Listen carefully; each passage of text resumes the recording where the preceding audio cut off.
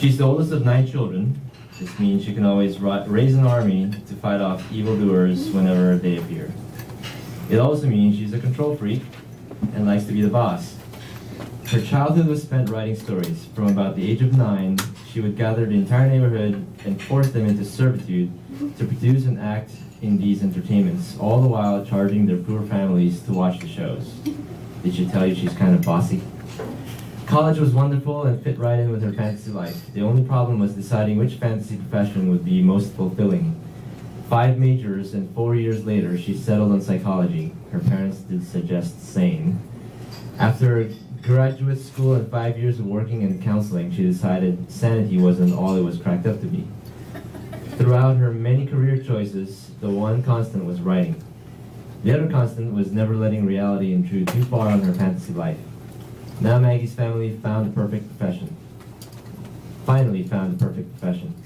One where she has complete control of her entire worlds and the people in them.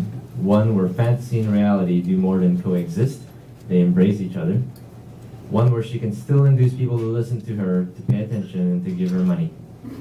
Really, what's more fun than that? Maggie?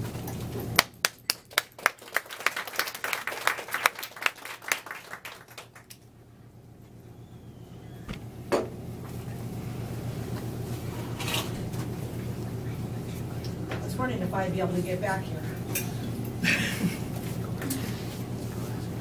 Well, I'm Maggie Faire. This is also my first time reading here.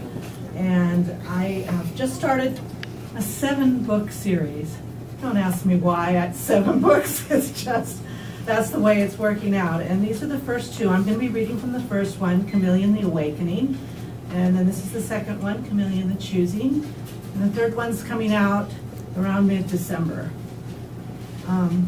So what this is really about is it's a young adult fantasy, and it's the lives of the forest people. The forest people are a group of people who several millennia ago went into the forest and were starving and started to eat lichen. And the lichen actually changed their DNA. And it started to give them powers that you and I would probably be akin to magic. And those powers are what we now call in our mythology fairies and demons and unicorns and all kinds of other magical creatures. So that's what this is based on. When the series begins, which is in current times, the lichen has started to mutate, and that mutation has really wreaked havoc for the forest people, because now their powers are too strong. Some of them are out of control. They don't know how to deal with it. And it's into this that our protagonist, the chameleon, is going to come. So I'm going to read from the first chapter, which actually follows a prologue, where we get to meet our protagonist for the first time. And we find out that she has a little bit of a problem. As you can imagine, a teenager who can turn into you just by looking at you is pretty much considered a freak in our world. 15, can you hear me? Yes. I hate microphones. 15 is too young to be alone and scared. Cameron pulled the heavy curtain aside just enough to peer into the dark. The isolated log cabin sat on the edge of thousands of acres of redwood forest. With the moon obscured by clouds, she could barely see the trees nearest to the house. The early spring rain had not stopped for the past 2 weeks, and she feared the stream would soon overflow its banks. She dropped the curtain and sagged to the floor, her back against the wall near the front door. Please come back. She dialed her mom's cell phone for what seemed like the 100th time. After 3 rings, the voicemail kicked in. Hello, you've reached the Painter family. We can't come to the phone right now. Please leave a message. Mom, Dad, where are you? Please come back. I promise I'll try harder not to be a freak. I'll do the dishes. I'll take out the garbage. Anything you want. Please come home. I'm scared. I love you. I really do. She listened to the silence at the end of the recording, trying to think of something more to say, something that would make a difference. I love you, she repeated, her voice tired and filled with tears. Finally, she hung up. She pointed her cell phone toward the darkened living room, barely illuminating the chaos that had become her daily life. The moonrise Afghan on the couch where she'd been sleeping. The empty bottles of Diet Vanilla Coke. The wrappers and wrappers of fruit and nut bars. A bowl of half-eaten Cheerios. Another bowl of unshelled peanuts. The closed windows trapped the moldy smell from the rain, and her unwashed clothes reeked of the sickening, sour sweat of fear. The first night her parents were gone, she hadn't really worried. In fact, she'd reveled in her freedom. She played any music she wanted, danced around the living room, and ate junk food instead of all the healthy meals her parents insisted on making. The second night they didn't come home, she tried to be an adult about it. She called her mom's number, said she was worried she hadn't heard from them, and asked them to call. She said she understood if they needed a break from her. Just let her know so she could plan and not worry. That was it. Very mature. Very normal. By the third night, she was in a full-scale panic. She'd been adopted at birth, but these were the only parents she knew. Was it possible her parents didn't know the freak would never be normal? In the past year, her inability to control the changes had become worse. Now that she was 15, maybe they'd given up on helping her. Maybe they didn't want her anymore. On the fourth night, she sat by the door all night, praying something hadn't happened to them, alternating crying with dry-eyed episodes of bargaining with God. She refused to leave the door, as if by sitting there she could will them to come home. But what if? No, she couldn't do it, couldn't even allow the thought to fully form. They'd come back, they had to. It had been a week since Cameron's parents had gone to the store 60 miles away. 7 nights of wondering if all the evil things she'd said to her parents had finally driven them away. She'd called them monsters. She'd said she'd rather be dead than a freak.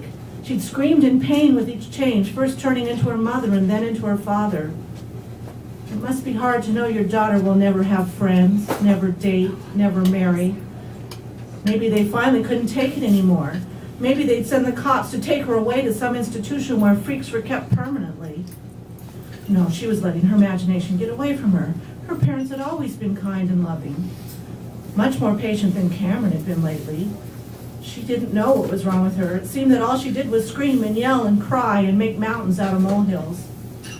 She fingered the phone once more. If she were normal, she'd call the police and report them missing.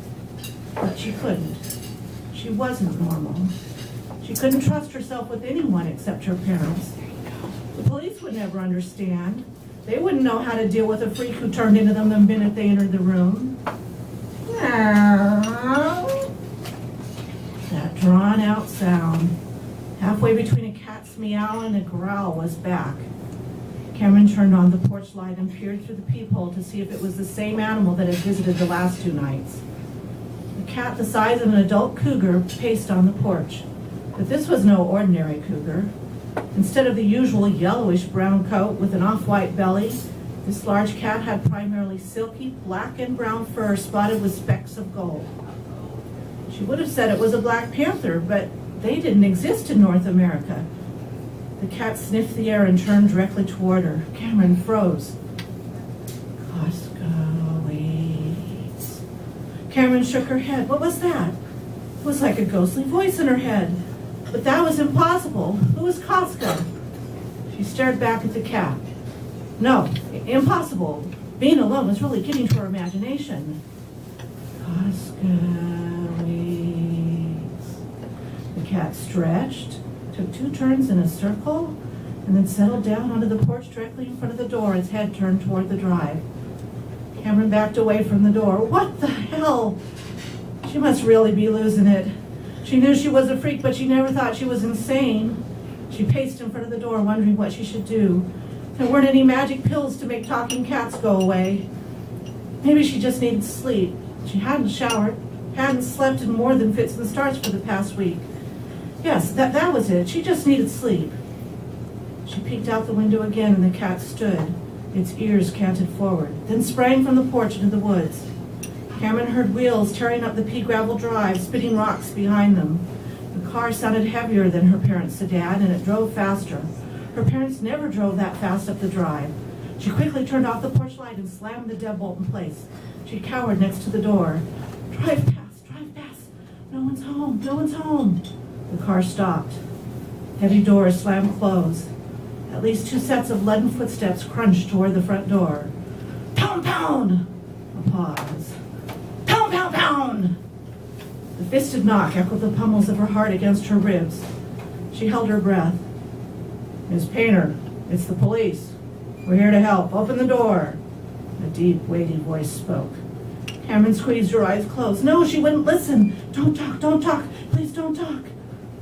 She heard a slow outlet of breath near the door as if whatever was to come next was burdensome. We know you're not alone. We just want to talk. A female voice. Low, grave. The doorknob jiggled, but the dead weight held. Please, Miss Painter, the female coaxed. Open the door. Another heavy sigh. Cameron? The deep voice was back. It's about your parents. Bile in her stomach rammed into her throat. Fighting her will, the anchor on her chest pushed out the magnet of sound. No! She sank to the floor, wrapped her arms around her stomach, and rocked against the wall, hitting her back with each breath. Go away! Go away! Go away! Boom! The front door splintered. Boom, boom! The door exploded into the room. Cameron screamed and ran. Voices called, lights blared, faces appeared, arms pulled.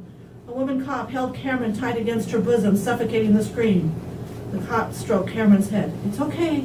It's okay. Deep breath now. Cameron's breathing slowed and she raised her head to look at her captor. She jerked as her vision blurred. Sharp tingles on her scalp warned her the change was coming. Her hair grew longer as a shower of 1,000 stings worked its way from her head to her chest. She grew taller, older. No, stop. She was becoming the cop. She had to get away before they found out. Cameron kicked the cop in the shin and pushed. Crap. The cop still held tight, but she listed to one side, favoring the bruised leg. Cameron squirmed and kicked again. Her fingernails pitched to scratch her face. Arms, anything to get the cop to let go. She had to get away before they saw the freak. Why, you little stop it! The cop shook her hard. Calm down, we're not going to hurt you. Pain worked its way from her stomach to her toes like the ripple of sheet lightning. Her nerve ends fought against the change. Her skin stretched, her lips thickened, her hair grew toward her shoulders. She slammed her knee into the woman's stomach and then stomped on her instep. Release! Cameron turned and ran blindly, her hands covering her face so they couldn't see what she had become. The man grabbed her around the waist from the back and pinned her arms against her sides. Let me go! Let me go! She yanked and pulled to get away. Oh my God! The female yelled to her partner, look! She pointed at Cameron. She's my twin! The tall man turned her around. What the hell? He took her now thick, long hair in his fingers, stared at her face, her eyes. His gaze dropped lower, then snapped above her head.